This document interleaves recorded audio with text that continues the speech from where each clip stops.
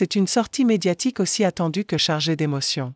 Marianne, éliminée de Secret Story 2025 ce jeudi 3 juillet, a accepté de s'exprimer pour la première fois sur les accusations lourdes qui pèsent contre elle.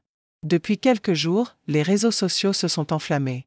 Des internautes l'accusent de harcèlement, voire de racisme, à l'encontre de 2 autres candidates, Romy et Anita.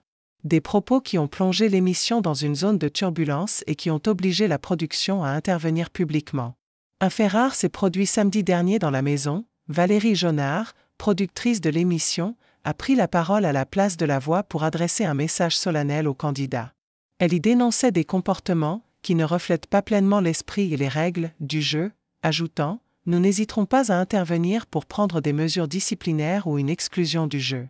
Une intervention forte qui a marqué un tournant dans cette édition déjà très médiatisée.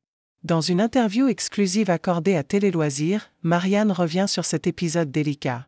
Elle affirme avoir bien accueilli l'initiative de la production. « Je pense que c'était vraiment par rapport à une ambiance générale, il y avait beaucoup de tension dans tous les sens. » Pour elle, le rappel à l'ordre a eu un effet apaisant.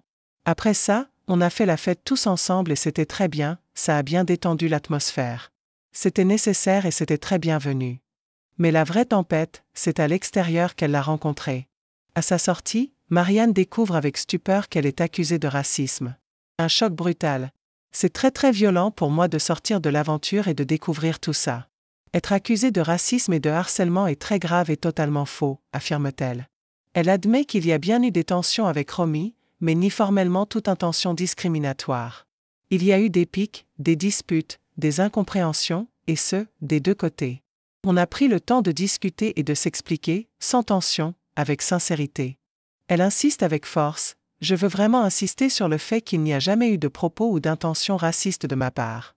Jamais, jamais, jamais, jamais, jamais. Pour Marianne, tout cela relève de malentendus. Amplifiés par les réseaux sociaux.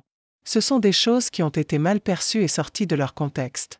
Ce qui me choque, c'est la violence que je reçois pour quelque chose qui n'existe pas. Marianne ne cache pas sa colère face à ce qu'elle considère comme une injustice. J'ai plutôt été du genre à fuir toutes les disputes quand il y en avait car je déteste le conflit. On peut ne pas aimer ma personnalité, on peut critiquer ma stratégie, je ne suis pas parfaite. Mais je sais qui je suis et je refuse qu'on me colle une étiquette aussi grave sur la base d'interprétations qui vont à l'encontre de mes valeurs. Ça me met énormément en colère, dit-elle avec fermeté. Le retour à la réalité a été rude. Dans la maison, on est coupé de tout. Comme ces accusations n'existent pas, je suis tombée de 6000 étages, je n'ai pas compris comment il était possible de m'assimiler à ça, témoigne-t-elle encore, visiblement marquée. Selon elle, rien dans son comportement n'a pu justifier une telle levée de bouclier. Pourtant, les jugements sont tombés très vite, parfois sans fondement. Quand on lui demande si elle compte entreprendre une démarche pour faire oublier ces accusations, Marianne reste fidèle à elle-même. Elle ne cherche pas à convaincre à tout prix, préférant rester authentique. J'espère qu'avec le recul, les gens vont voir qui je suis vraiment. C'est un non-sujet, ça n'existe jamais. Je ne suis pas comme ça donc je ne vais pas me battre pour prouver par A plus B des choses qui n'existent pas. Elle conclut, je vais être comme j'ai toujours été. C'est dommage si les personnes qui pensent ça restent sur leur façon de penser.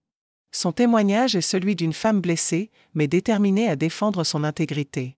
Dans un monde où l'image publique est scrutée en temps réel et où les réseaux sociaux peuvent condamner avant même que la vérité n'émerge, Marianne choisit de parler avec franchise. Elle ne cherche pas à plaire, mais à être comprise. Et peut-être qu'en posant des mots simples sur une situation complexe, elle finira par apaiser la tempête.